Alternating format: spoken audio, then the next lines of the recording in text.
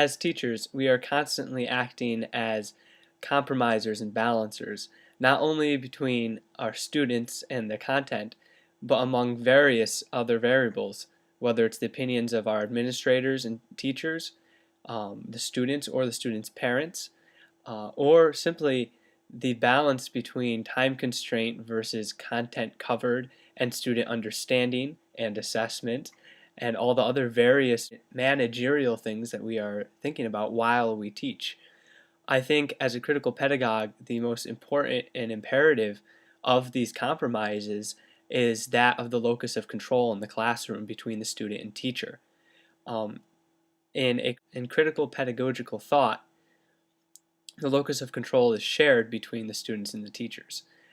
This balance, if upset and not regularly maintained, can lead to chaos, meaning non-learning or anti-learning going on in the classroom, or a retreat back to traditional banking methods where the students aren't connecting content to their daily lives, and therefore there's no value or meaning to the information for them. I think that although for some traditionalist teachers, the idea of compromising the teacher's authority and ego, and not to mention time, especially in the standard-based society, it's frightening, and it rightfully should be. But I think there are techniques that can ease a teacher into that, and one of those is reciprocal teaching. In the following video, you'll see me using some warm-ups to demonstrate several of these techniques within the choral classroom. It's very disconcerting to use reciprocal teaching within the choral classroom initially, because the teacher is walking a very fine line between using the choral rehearsal as a general music rehearsal with with more talking than there is music making, and that can be very dangerous and detrimental to the students. But on the other hand, reciprocal teaching, if used efficiently and effectively, can lead to great things. I think that in my warm-ups, I use these methods of reciprocal teaching because they are efficient and they take less time, but they are still connected to the pieces that we are performing, as well as students' overall knowledge of musicking. In the first video here, you will see some examples of clarifying, summarizing, and questioning techniques. I generally start the warm-ups with a summarizing question that summarizes either the content from the warm-ups previous to the class, so yesterday's warm-ups or last week's warm-ups, or I start out with a general question such as this video about a technique which a student may answer, summarizing the knowledge that they learned from previous classes, and then offer various other questions for the students that clarify what that first student said. In this video, you'll see us talking about space in the vocal tract, and you'll hear several different varieties of the same answer. And that not only is for the students to think about the answer in new perspectives, but also to clarify and differentiate the instruction through the student's eyes, which is something that I may have not been able to enunciate to the students.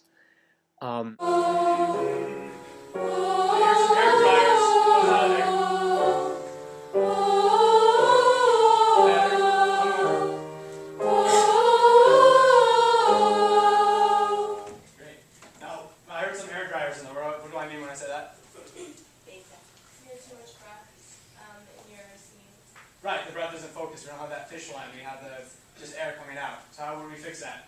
Somebody else. Yep, that's part of it. What's the other part? Starts with an A, big long word we learned the other day. And some antagonist, exactly. What does that mean? Thank you, Samantha.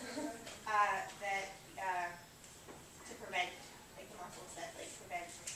Right. And what muscles are we talking about particularly? Does it mean? Yeah. Abdominals down here, right? Low breath. The next snippet from the same ensemble, the women's choir, shows my use of the other two tenets of reciprocal teaching, predicting and connecting.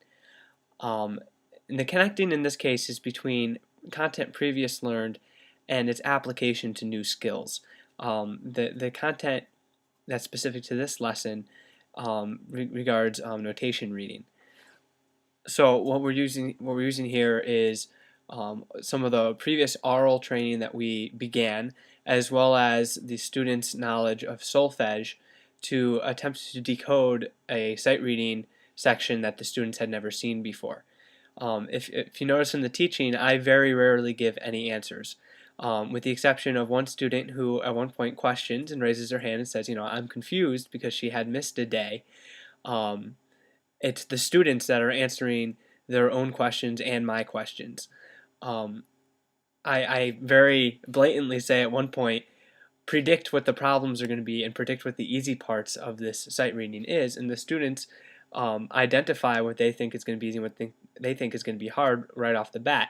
The easy parts being that there's only 3 notes throughout the whole exercise, a tonic triad of do, mi, sol, and that the first measure and last measure are very similar rhythmically, and that the hard part is going to be internalizing the 8th note in order to figure out that swung rhythm of the dotted quarter note followed by an 8th note that appears in the second measure of the example.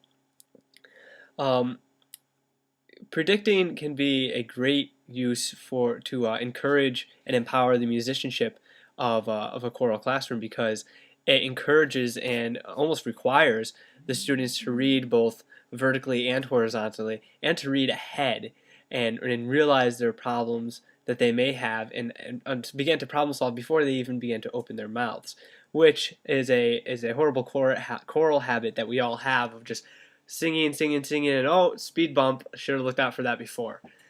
And these are only some ways that we can use reciprocal teaching in the classroom, and it doesn't have to be methodical as it is in my warm-ups. During the pieces, all 5 of these tenets, clarifying, summarizing, predicting, and connecting, can be used to not only empower the musicianship, but also reiterate that shared locus of control between teacher and student, rather than the teacher being the dictator of notes and the dictator of musical expression within the choral ensemble. Next, look up on the board. If this is do, give me the solfege. So this note is do. What's the next one? What is it?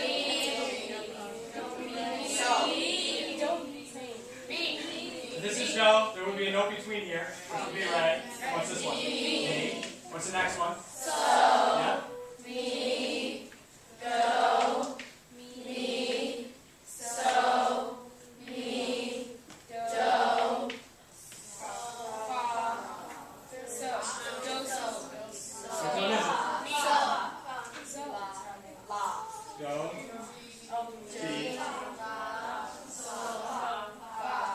We're going to change that. It's going to be sol. Wait, I'm confused. Who's confused? What? Who's confused? You're confused? Wait, why is it lower?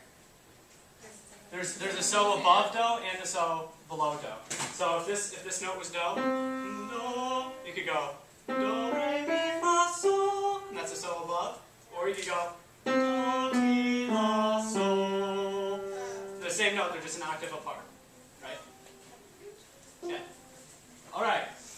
What's the easiest thing about this? Look at it and tell me. Somebody predict what's the easiest thing. Sydney. It's only does and me's and says. Exactly. It's only 3 notes, right? Yeah, go ahead. What else is easy about this? What about those 2 measures? Jillian? They're same pitches, right? It's the same pitches. Let's sing that if this is do.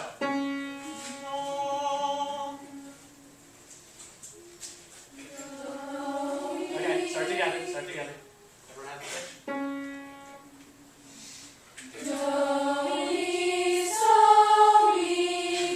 Okay, yep, there's the first measure. Easy, right?